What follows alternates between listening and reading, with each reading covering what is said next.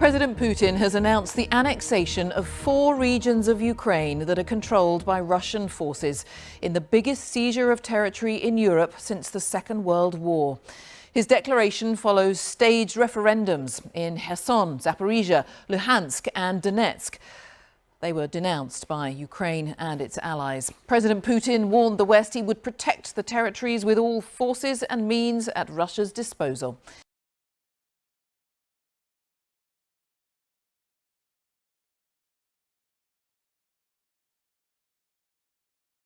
As supporters of Russian President Vladimir Putin gathered in Moscow's Red Square, celebrating his annexation of 4 Ukrainian territories, on Friday the Biden administration imposed new sanctions, a combination of asset freezes and visa restrictions on hundreds of Russian entities, officials and their families, as well as export controls.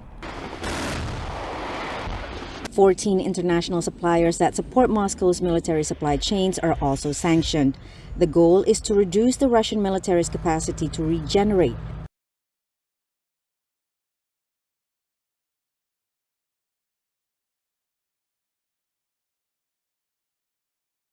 The Russian President Vladimir Putin says he is willing to use Russia's full arsenal of weapons to defend territory annexed from Ukraine. Kiev, in response, is seeking stronger support from its Western allies. President Volodymyr Zelensky is making a fast-track application for Ukraine to become a member of NATO. NATO has so far refused to intervene militarily, fearing the conflict could spiral into a nuclear war. Allies have instead sent weapons. NATO's Secretary-General Jens Stoltenberg was non-committal about Kiev's request, saying it was a decision for NATO's 30 member states.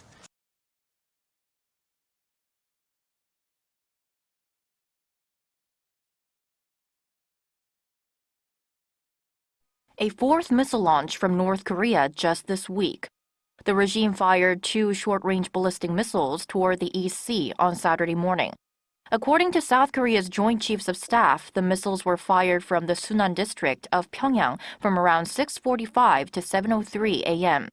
They flew some 350 kilometers at an altitude of around 30 kilometers at Mach 6, 6 times the speed of sound. Intelligence officials of South Korea and the United States are analyzing the specifics.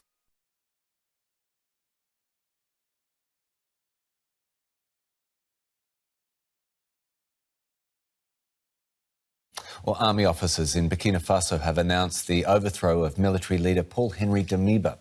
Captain Ibrahim Traoré has been declared the new head of the West African country. On Friday, explosions and heavy gunfire were reported near the presidential palace in the capital, Ouagadougou. It's Burkina Faso's second coup in just 9 months. Army officers addressed the nation. The national television broadcast ended doubts over who's now in charge. The military leaders had overthrown their own lieutenant-turned-president and promised to tackle the volatile security situation.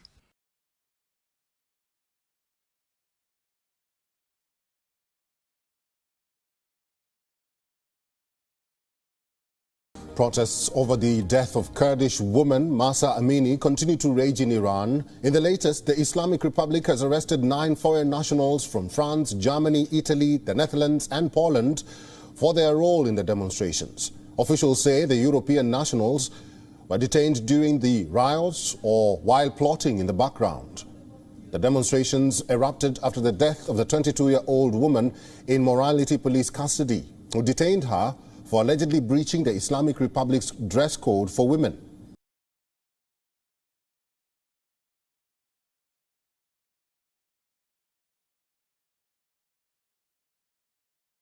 Tonight, after 2 years of trying to prove his innocence in the inferno that gutted the USS Bonhomme Richard, 21-year-old Navy seaman Ryan Mays has his life back.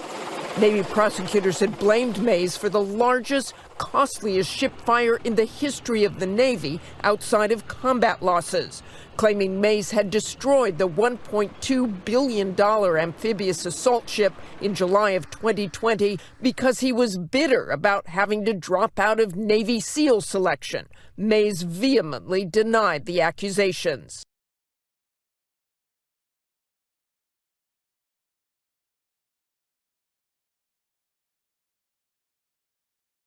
Now, the Chinese Navy is considered to be the world's second most powerful, but it seems that they are struggling to meet increased demand for qualified shipborne fighter jet pilots. The Chinese Navy has 2 aircraft carriers commissioned, and the third and the most advanced aircraft carrier was launched in June this year. It started sea trials last week only, but the problem they are facing right now is lack of properly trained fighter pilots. Navy officials say that they need at least 200 qualified carrier-based fighter jet pilots as of now.